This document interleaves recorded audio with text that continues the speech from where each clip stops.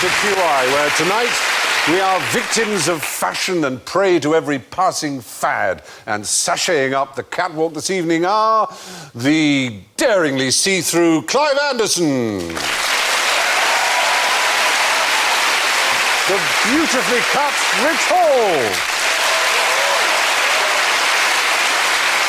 the topless and strapless Reginald D. Hunter,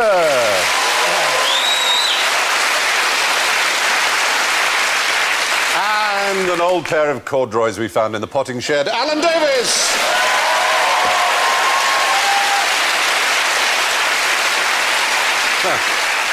Of course, fashion is something that goes in one year and out the other. And predictably, ladies and gentlemen, our buzzers tonight are about as fashionable as a saber-toothed tiger wearing flared trousers. Clive goes... But I'm always true to you, darling, in my fashion. Rich goes... She's a dedicated follower of fashion. Reg goes... I'm too sexy. Oh, you know, shirt's so sexy. I can't complain. And Alan goes... He looks a proper nana in his great big hobnail boots. He's got such a job to pull them up, but he calls them daisy roots. Oh, well, excellent. Your challenge tonight, gentlemen, is to start a trend. As it's Fashion Week on QI, after 6 years' struggle, this show has never managed to instigate any kind of a catchphrase. And we think it's time we change that. So, you have in front of you, I hope, a list of 19th century catchphrases, as it is QI. You can use one of those, if you like. They are genuine 19th century catchphrases. Has your mother sold her mangle? Say that again. Has your mother sold her mangle? Has your mother sold her mango? That was a genuine catchphrase. Who are you? Ah, that's your catchphrase. Yes, it is. This indeed. is one of the biggest catchphrases of the 19th century was who are you? Yeah. I thought who are you would be a nice, easy catchphrase to get going. It's hard to... Who are you? It's quite... Well, Has your mother sold her mangle? It was used in all circumstances, apparently. If someone walked into a pub, for example, if you caught someone picking your pocket, you go, who are you? But it's still a catchphrase. Catching on. At football grounds, if you support, as Alan and I do, a big club, and you're playing a slightly smaller club, you often say, it's not who are you, but it's who are you? Who are you? So Yes, implying, you're so inferior. When Norwich, famously... Norwich would be exactly for the club example, you would say it. When Norwich went up to the Premiership, so we were sold out for every game, and the Barclay and the fans would point to the new fans who had suddenly arrived and said, where was you when we was crap? Which is a reasonable... Well, they can get the answer again now, can't they? I remember going to Norwich as an away fan, and then we sang a song about sheep shagging or something. And they responded with a kind of 9-verse spectacular about sheep shagging. We aim to please. Yes. Which really put us in our play. Yeah. The best one I ever heard was where I was in Brighton in the days when there was a Brighton and Hove Albion, and Norwich were playing there, and I just happened to be there, so I thought I'd go and watch them. And the Brighton fans had a brilliant chant, which was, you're better than us. You're better than us. We're crap. And the Norwich fans were going, how do we respond to that? No, thank you. No, we're not. Oh, no, that doesn't work. Thank you very much. No, please. Not much, surely. Now, let's turn to our American friends. Catchphrase is a big thing in America? Oh, of course. Yeah. My grandfather used to say, you're dumber than a bag of wet mice. Very good. Yeah, good. it's funny the first time I heard it, but, you know, Yeah, it doesn't not my do- whole life. Yeah. I didn't see it on the list that was appropriate for me, but I have one, do what you do best, and that comes from, I was back home recently and I was visiting my cousin, 40. He's got 4 or 5 kids that we know of from different people. And we were watching TV, and there was a woman from Washington, D.C. talking about women's rights, and it's like it's a woman's right to be able to have children without a man. In fact, they don't need men to be around. You can just sire a child and leave. And I looked at him and I said, get to D.C. and do what you do best. Excellent. So we got do what you do best, dumber than a bag of wet mice. Has your mother sold her mangle?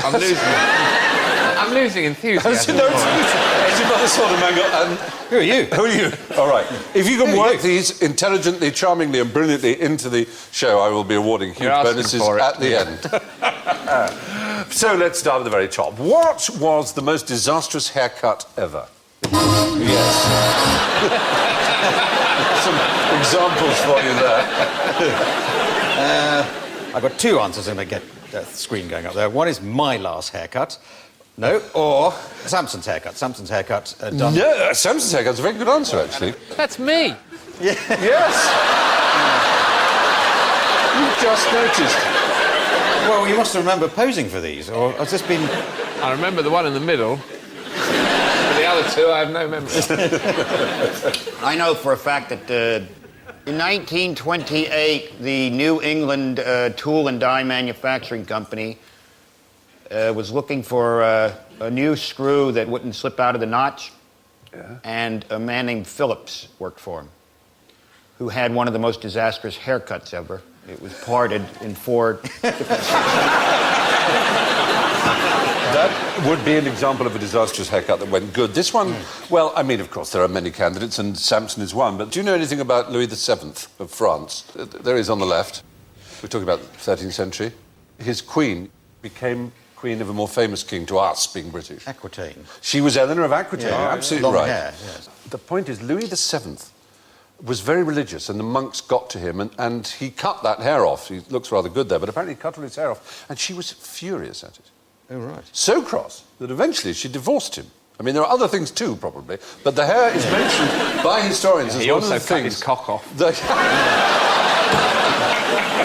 Maybe, I don't know, his mother may have sold her... Has your mother sold a mangle? Maybe that had happened, yeah. I divorce you. But the consequences of the divorce were enormous, because she then went over, she was incredibly rich, she took her kingdoms with her, married Henry II, and it began the 100 Years' War. Yes. So essentially it was a haircut that began a 100 Years' War. Yeah, but that's just something you say in polite company. Like when you telling people you're breaking up with your partner, you go, yeah, well, I ain't like what he did with his hair, so I left. You can't really say about the king, he keep farting in bed. Or, I just don't like his haircut. Yeah, you're right. What is interesting about this poor king is he definitely wouldn't have had sexual relations with Eleanor's mother because he was very abstinent indeed, and he became ill, and the courtiers suggested it was because he hadn't had sex. Yeah. And so he consented to have the queen sent for, and they said, no, she's too far away. If you don't have sex immediately, you will die. But genuinely being told that he had to have sex or he would die, he actually said he would rather die chaste than live an adulterer. See, that leads you to believe that he had a bad sexual experience as a child. Yes. Yes. And just, because, most men wouldn't rather, face death than have sex. So something happened when he was a kid, maybe a teenager, maybe his wee-wee got caught in the zipper, or mangled, or... Yes, the mangle. Or he said, I'm not ready for this yet, maybe just let me lick your elbow. And the woman just said, do what you do best. And... Very good. The Simpsons make a reference to the 100 Years' War. Oh, do they? Do you know what they call it? Eh? Operation Speedy Resolution. Anyway, so we've all had bad hair days, but the one which helped start the 100 Years' War takes some beating. Louis VII's haircut seems to have been a bit of a faux pas. So what's the worst faux pas that you can think of? Follower of fashion. I reckon if you wore Calvin Klein to Yves Saint Laurent's funeral. Whoa!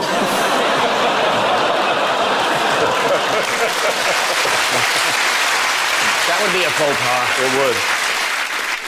There's a famous one. It's the Queen and some other king or potentate in a carriage being driven along, and so the horses are in front of them, and there's this ghastly sound of this horse. And the Queen sort of says, "Oh, I'm terribly sorry about that." And whoever this king or potentate, they said, "Oh, never mind, Mum, I thought it was the horse." So that's a famous faux pas. Like that. Yeah. No, this was an engagement faux pas. It was a very famous one in its day. It was in the Guinness Book of Records right up until a few years ago as the worst, if there is such a category, worst engagement faux pas. Well, get engaged to the wrong person? No, it wasn't that. It was a man called James Gordon Bennett, who was a I know. Well, the James Gordon. Actually, the phrase Gordon Bennett was named after, I think his father, who owned a lot of newspapers. And anyway, this one was very rich, this young Gordon Bennett, and he was engaged to a young New York socialite. One night, he was very, very drunk, and he went to the house of his fiancée, where there was a full party of stiff New York socialites, and he went into the room with an enormous fireplace, and he went in the fireplace and peed in it, thinking it was a lavatory, and walked out again. And it ended his engagement. It was a huge scandal, and the brother of the girl fought a duel with him, which he lost. And he had to spend the rest of his life in Europe, almost. Just because he peed in the fireplace? Because he peed in the fireplace. Seems rather... I mean, in Europe, it's positively encouraged. I would say. This man, Gordon Bennett, was extraordinary. He was one of the most profligate men of his age in terms of his money. He once tipped a railway porter £341,000. And he burnt a huge sheaf of money that he had because he... If he'd only gone on a super saver off-peak, he could have got that. That would have been a fiver, wouldn't it? He probably lit it on fire and says, I could piss on that and put that out. Can you? Exactly. No, he would burn money because it was uncomfortable in his pocket, he'd say. I mean, he was obviously a complete twat. Yeah. But there were other faux pas. Who said this? We also do cut-glass sherry decanters, complete with 6 glasses on a silver-plated tray that your butler can serve you drinks on, all for £4.95. People say, how can you sell this for such a low price? I say, because... It's crap.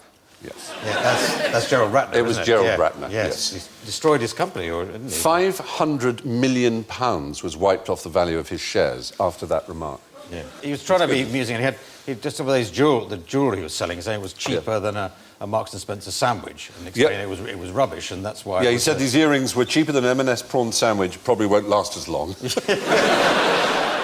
Let's just say £500 million wiped off. Yes. Yeah, he was caught doing a funny. Yeah. Big The mistake. funny didn't turn out well. Many faux pas are just Freudian slips. But what outrageous item of clothing got the Duke of Wellington thrown out of a club? Yes. I'm going to suggest he wore his Wellington boots in the club. So I knew that would be because I just love it. I think it's so fantastic what a career he had, because not only was he a great general, winning one of the most important battles of all time, and a few others, plus he was Prime Minister, and he had Wellington boots named after him. Pretty astounding, isn't and it? they were... On my shirt.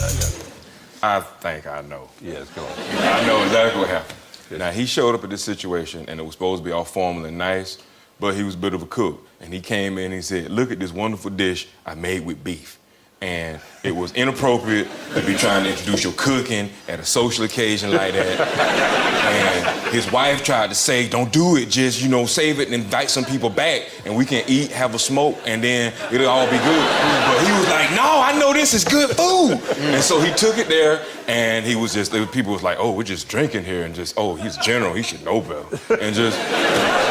This is what I believe happened. I might have read it somewhere, I can't remember. You reminded us of another thing to chalk up to Wellington. Yeah. Not just the boots, And the not food. just the battle, but the Putting pastry beef in pointlessly pastry. around beef. Yeah. Actually, this happens to be just about my favourite club. If you were to ask me if I could get in a time machine and go anywhere, this is one of the places I would go. It was called Almack's.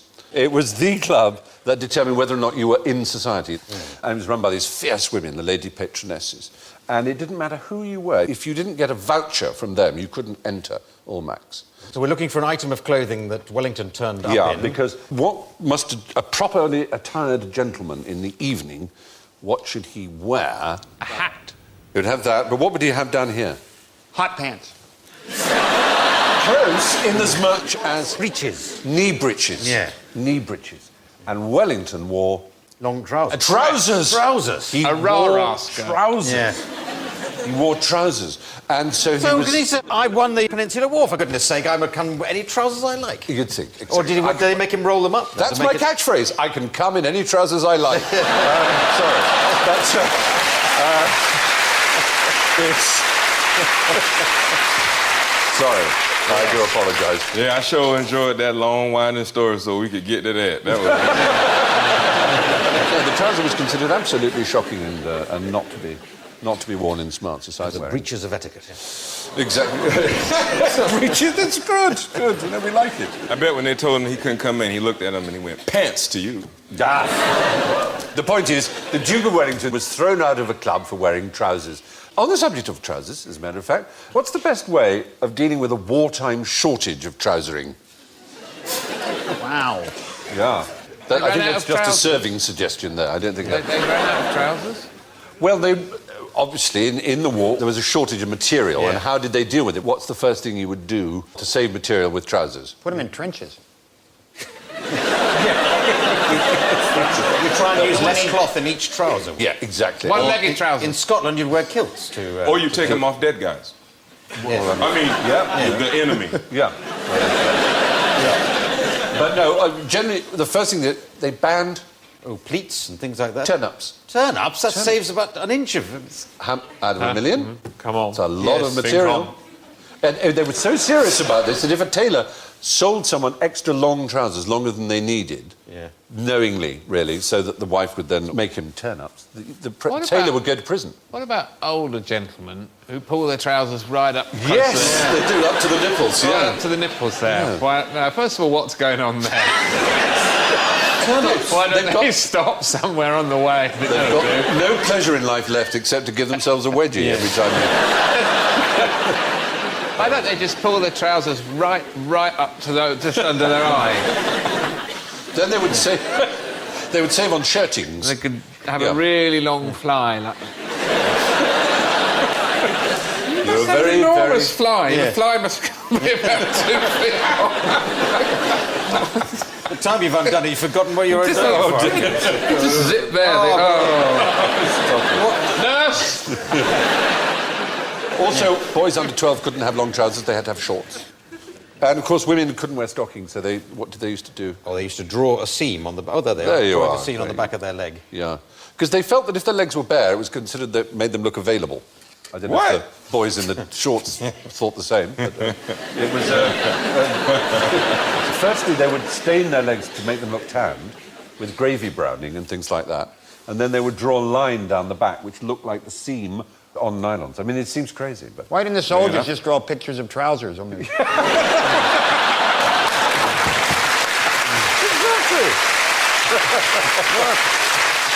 I'm in pinstripes. Yes, pinstripes, all kinds of things like that. Well, anyway, during World War II, it became acceptable for women to wear trousers, but men weren't allowed turn-ups and boys were made to wear shorts. Now, as a fashion accessory, what would you rather have on your head? Would it be a cauliflower, a rhinoceros, or a pigeon's wing? Clive? Now, I have some friends in Scotland, and this was their expression for older women with sort of white hair, that sort of curl, you know, very tight perm. yes, yeah. They used to call them cauliflowers because they thought their hair looked like a cauliflower. So, working from that, I'm saying that's a hairstyle, a cauliflower style. Yeah. Pigeon wing could be a sort of swept back look. Yes. But, I can't work out what the rhinoceros, because the rhinoceros is only famous for having huge horns, so I can't quite make that into a hairstyle. Well, not But a hairstyle exactly, but you're very close. In the 18th century, all your clothes put together, the expense of them wouldn't add up to what you spent on this part of your fashion. Well, your sort Your of wig. your wig, yeah. Wig Yeah. is the right answer, in fact. So it is your hair, but they used to have ships. I mean, literally, their hair done into huge sailing ships. And you could have a rhinoceros horn. And a rhinoceros horn and pigeon wings, and you see there these preposterous creations people had. Where do you think the idea came from? Because they got nasty hair lice and things like that, so they tended, unless you happen to lose your hair naturally and effectively, you used to chop your hair off anyway, and then replace it with fake hair, false hair, a wig. There's Am an I not right element with to that? that. Generally speaking, it became enormously fashionable in the reign of Louis XIII. And what was it you were saying about trouser turn-ups?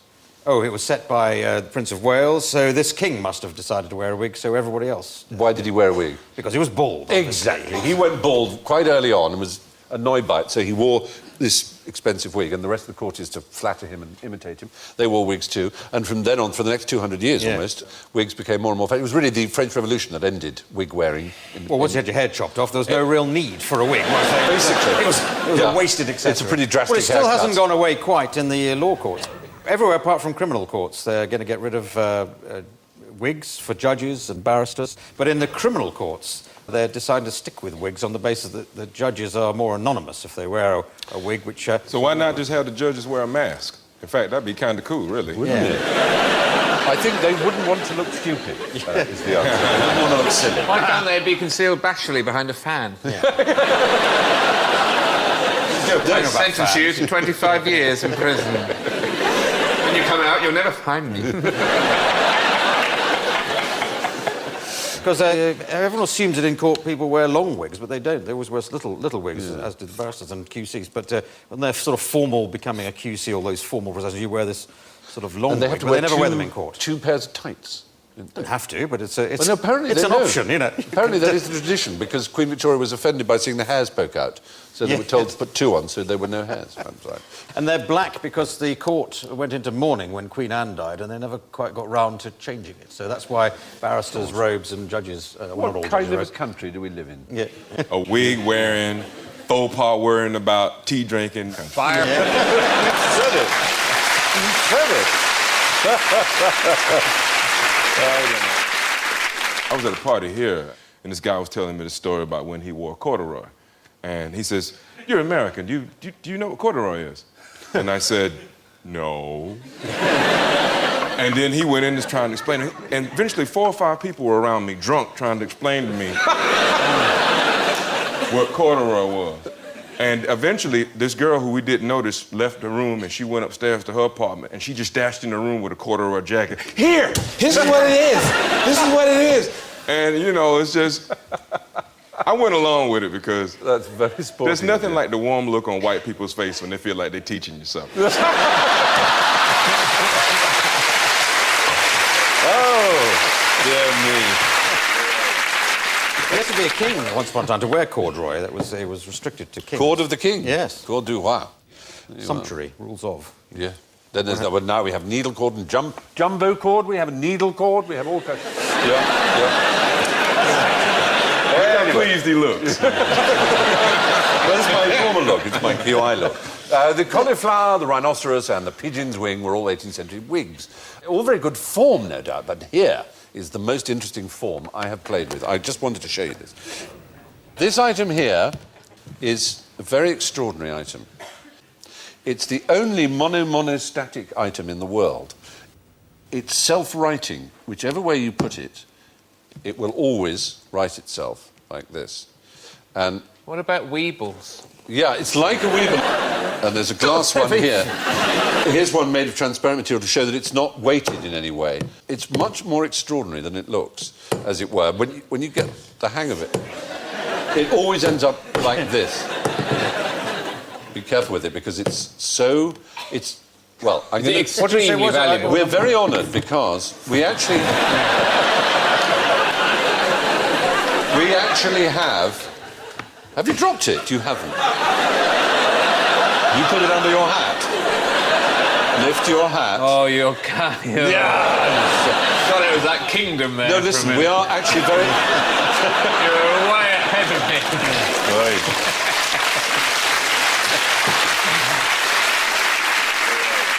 We have Gabor Domokos, the inventor, here with us. Gabor, good evening.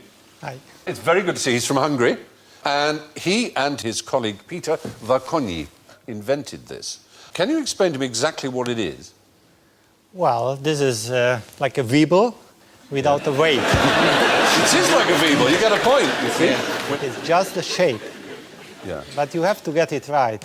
The tolerance of the shape Yeah. is about 1/100th of a millimeter.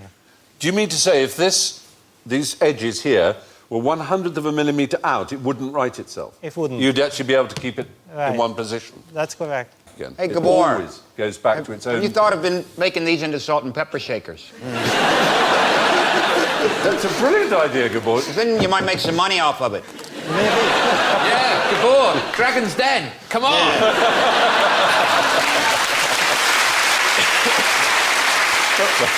Of course, you and your colleague, Peter, you're actually scientists, mathematicians, yeah? Engineers, yeah. Engineers. Yeah, And sort of. how did you come to build it? What gave you the idea that this could be Well, done? we got the question first. First, we got the question for the mathematician. Then we thought about it, and then we thought we should build it. Yeah. But after we built it, we realized it's already there.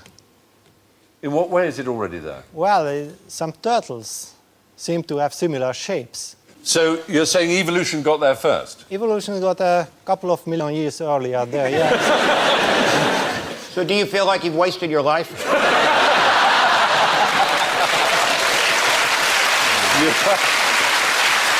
You so have not.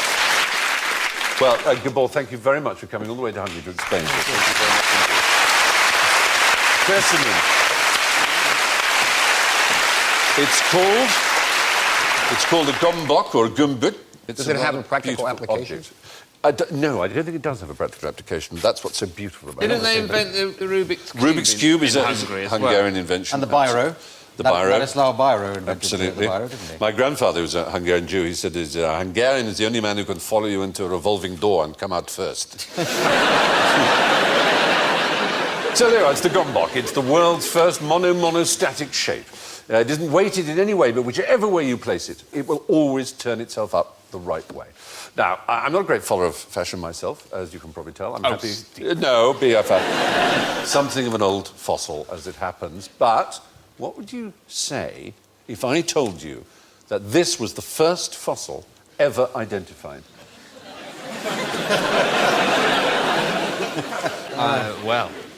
Is it? I'd say, is it? Thank you for not falling into a trap, and you wouldn't say bollocks. Oh, bollocks. It does look like a handsome pair of human plums, but it isn't. Robert Plott, who was the first keeper of the Ashmolean Museum in Oxford, he recognised it to be a thigh bone, but it's huge. You can't quite tell its scale here. So he assumed it was a thigh bone of a Roman elephant or of a giant race of humans. But he also, as I say, recognising its shape being, as it is called, its scrotum humanum, because that's pretty much what it looks like, let's be honest. But it turned out to be a megalosaur. There is one, a real one. It's a shame they're not still about. It is, isn't it? Up and down the M1. It's very hard to try and get a grip on how old life on Earth is. But if life on Earth began on January the 1st, and we are now literally the very end of the year, when did the dinosaurs appear? Hang on, I've got Tuesday. That's no good. The dinosaurs are 200 million years ago. About mid-November. Not bad. A little later, December the 5th. Yeah, not bad. It's a very good. And we come at sort of 5 to midnight on December the 31st or something, do we? Is that... We come a few minutes before midnight on December 31st. But they became extinct on December the 24th, on Christmas Eve. So December the 5th and December the 24th. If they became extinct on December 24th, Yeah. then that's saying that the human race got, what, about 6 days before, clocks go back or something? What? Well, Here's a year, okay. and that year represents the totality of time there's been life on Earth. Totality of That's the time. beginning, That's beginning over and there. this is now. Assuming that time is a linear. Yeah, exactly, yeah. Thank you. So, let's suppose that it's a long pair of trousers, time. Man appeared at the top of the fly. You don't think your trousers and a dinosaur comes. Yeah, basically. That's sort of what happens, isn't it? Oddly enough, saurus was ancient Greek slang for penis. Was it? Saurus means lizard, yeah, and they would call it your lizard, your knob. Just thought you'd like to know that. So. I do. I'm pleased to know that. Why is thesaurus then? Is that Latin? That's not ancient. That's a different word. Thesaurus means a treasure house or a repository. In his case, a treasure house of words. So you might refer to your backside as a thesaurus. I'd like to think my bottom is a treasure house. Yes, Alan. Thank you for that.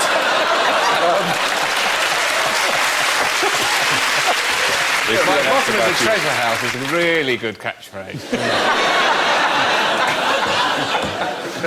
That would be my billing matter on my post. Stephen, my bottom is a treasure house fry. Yeah, I go with that. All right. So, the Megalosaurus. It's deader than the dodo, but name a living fossil.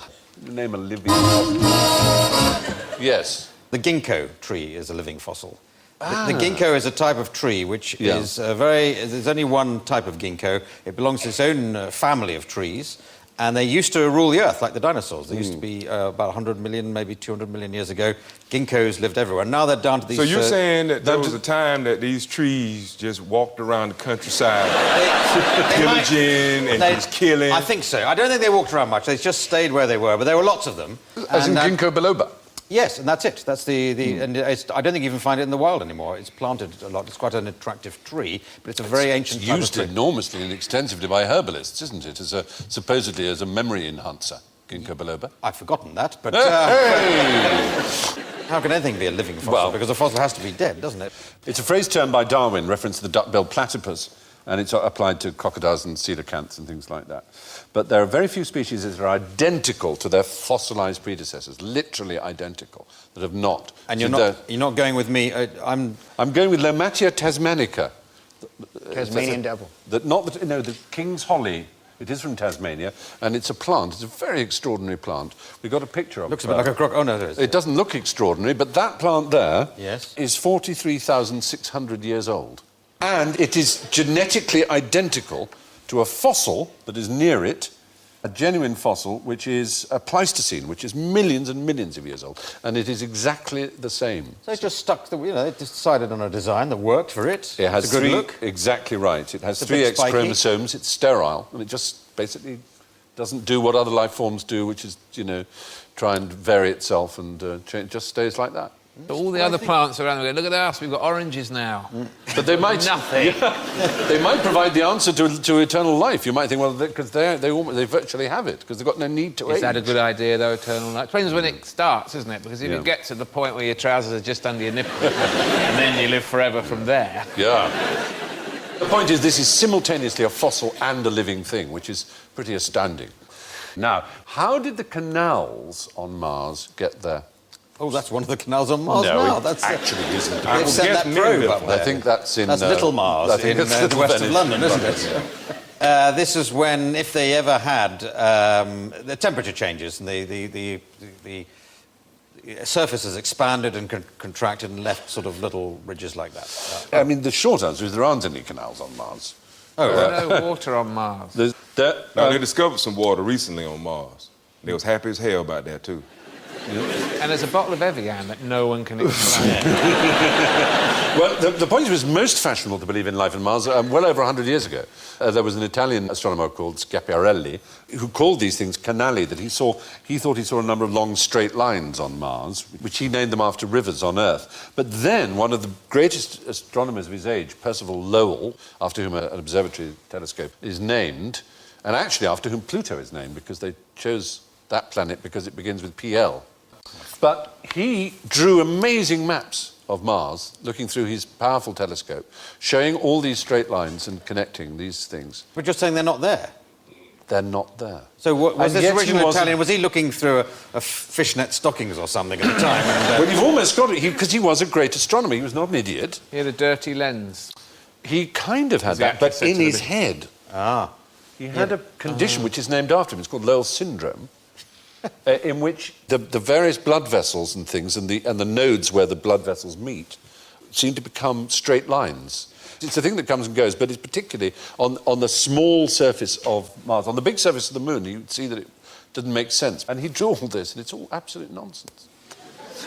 And so we arrived, fashionably late, at the bring-a-bottle staircase party of general ignorance. Fingers on buzzers, please.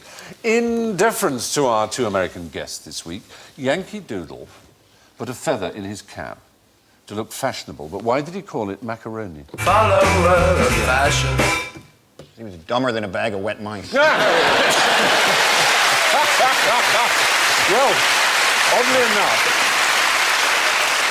strangely enough, you're kind of right. Well, it's about a kid traveling to see General Washington's troops, the song. There was General Washington upon a silver stallion, giving orders to his men, there must have been 1,000,000. Yeah. That's the next verse. So I think he was conscripted, and he was purposely trying to look insane. Well, it was a British song that was an insult to the Yankee. The idea is a macaroni. it's just to be Italian, just to be fashionably Italian, wasn't it? Well, there was a macaroni club in London at the time, which was full of dandies. Macaroni was another word for a dandy, for someone who took exquisite trouble over their dress. Are you telling me that a Brit wrote Yankee Doodle? Yeah. The idea was that the Yankees were so dumb Well, I guess dumber we than are a- because we play it all the time. But you take something that's supposed to be an insult and you make a virtue of it. You throw it back in the oppressor's face. That's how you show them that they can't hurt you. Exactly. Exactly. My mama taught me that, boy. Just look at them and just laugh at them. Just take their insults and just don't show them your pain. Yeah. That's what we did. That's why we beat you. So, the point is, at the end of the 18th century, a macaroni was a dandy. The song is a British attempt to make fun of unsophisticated Yankees. What rhymes with month? Month, done. This word, I Jump. have to say, is probably not known to you. Jump. It's Sikhism. It's what the Quran... Sikhism does not rhyme with much. No, I'm telling you, I'm taking you into the world of Sikhism. What the Quran is to the Islamic faith, this thing is to the Sikh faith. It's their text, and it's called the Granth. Oh, There, you see?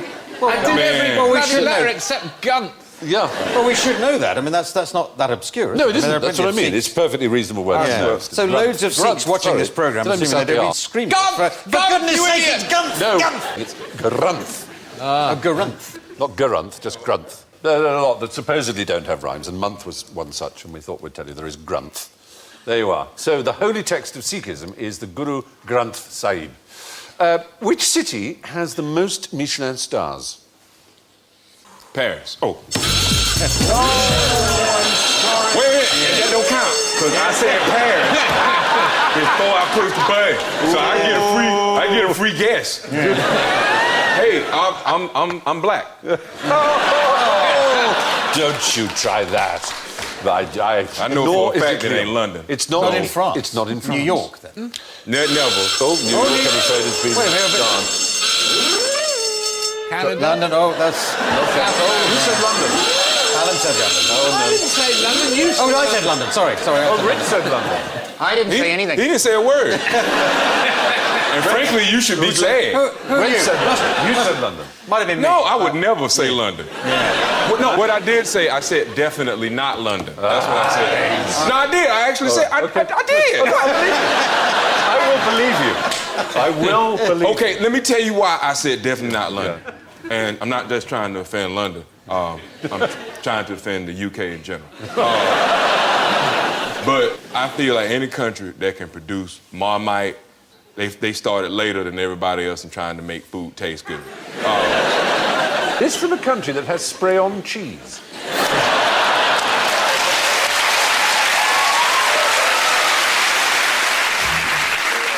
But you're right, it isn't Britain. No, man, you It's can't not cut me London. off. You got to give me a chance to insult you back. Oh, right, sorry. Marmite tastes like there's a naked man with hairy legs in your kitchen. But it has, And every it does now have and a again, you downside take too. a plate with some toast and you walk under his butt and you go, okay, Fred. Do what you do best.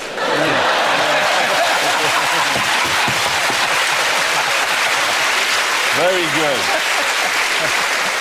Now, the place that has the most Michelin stars... Germany, Holland, has Belgium. Tokyo. Tokyo is the right answer. Oh, yeah, it man, went- yeah. I should have thought that. I should have It thought went of that. straight to number one. It was only put in 2007, and it leapt to 2000 with 150 stars amongst its different restaurants, which is 2 more than London and Paris combined.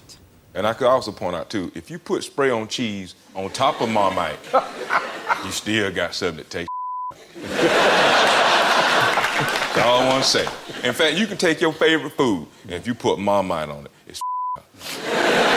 Why didn't you just keep away from Marmite? Yeah. Hey, look, man, when you was talking honest. earlier, I didn't say, hey, why don't you stay away from ginkgo trees? I ain't say nothing like that. I just let you talk about trees, man, with nobody else talking about trees but you. That's always the way on this programme, but... To be fair, who Clive... are you? To be...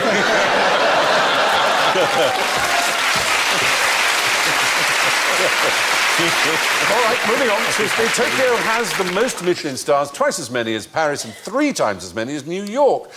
What colour is a nicotine stain? It's like yellowy brown.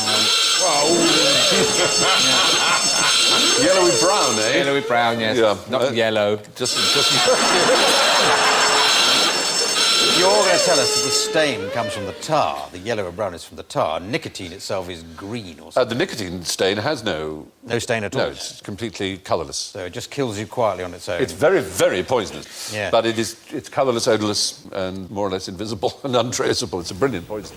Do you know why it's called nicotine? Nicotine, just one puff on your mind. I remember that at school. Yeah. He was the cigarette devil. He was like the Irish cigarette devil. Why is it called nicotine? Oh, it's a Frenchman called Nicot, was the sort of Walter Raleigh of France who introduced tobacco Nicot. to the French. Nicot spelled N-I-C-O-T. Wow, I sure didn't know that. Yeah, good. Well, now you do. I do. Which dictator definitely only had one ball?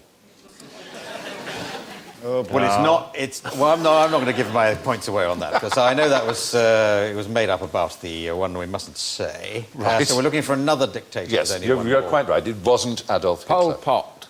Wasn't Pol. Oh, Stalin. You know, I've got Stalin up. oh yes. Ceausescu. Chairman Mao. Chairman Mao is the right answer. He's only got one ball. Yep. But he used to have lots of He girls. was He was Proud of it. monarchism. It's called one orchid. Yes, only one flower display and Exactly. also... Orchid is the same root as the same word as Greek for testicle. Whose testimony? Another word which derives His from the doctor. same source. His testimony. Yes, Yes. Dr. Li Jisui was his doctor. In his memoirs, he describes how Mao had an undescended testicle and was infertile. Had venereal disease in the late 50s, and then in the 60s he contracted herpes, 67.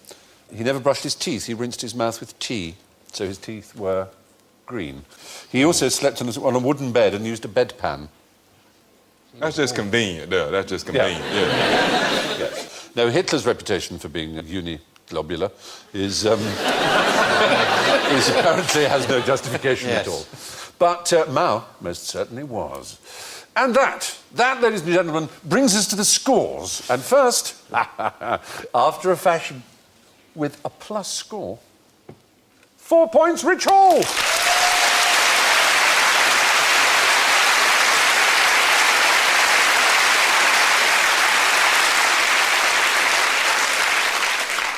In second place, with -5, only slightly passé, Clive Anderson. I was playing to lose.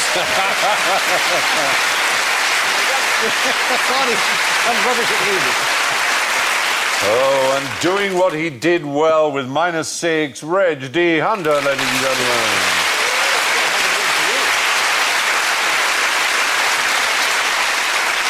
And positively paleontological in his outmodedness is tonight's living fossil on -35, Alan Davis.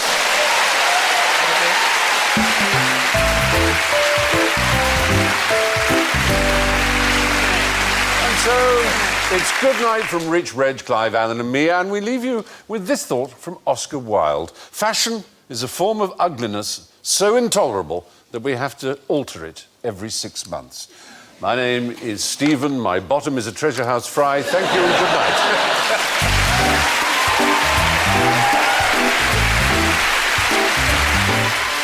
There's more comedy on BBC Three with Joan Rivers and Patrick Kilty live at the Apollo in 5 minutes.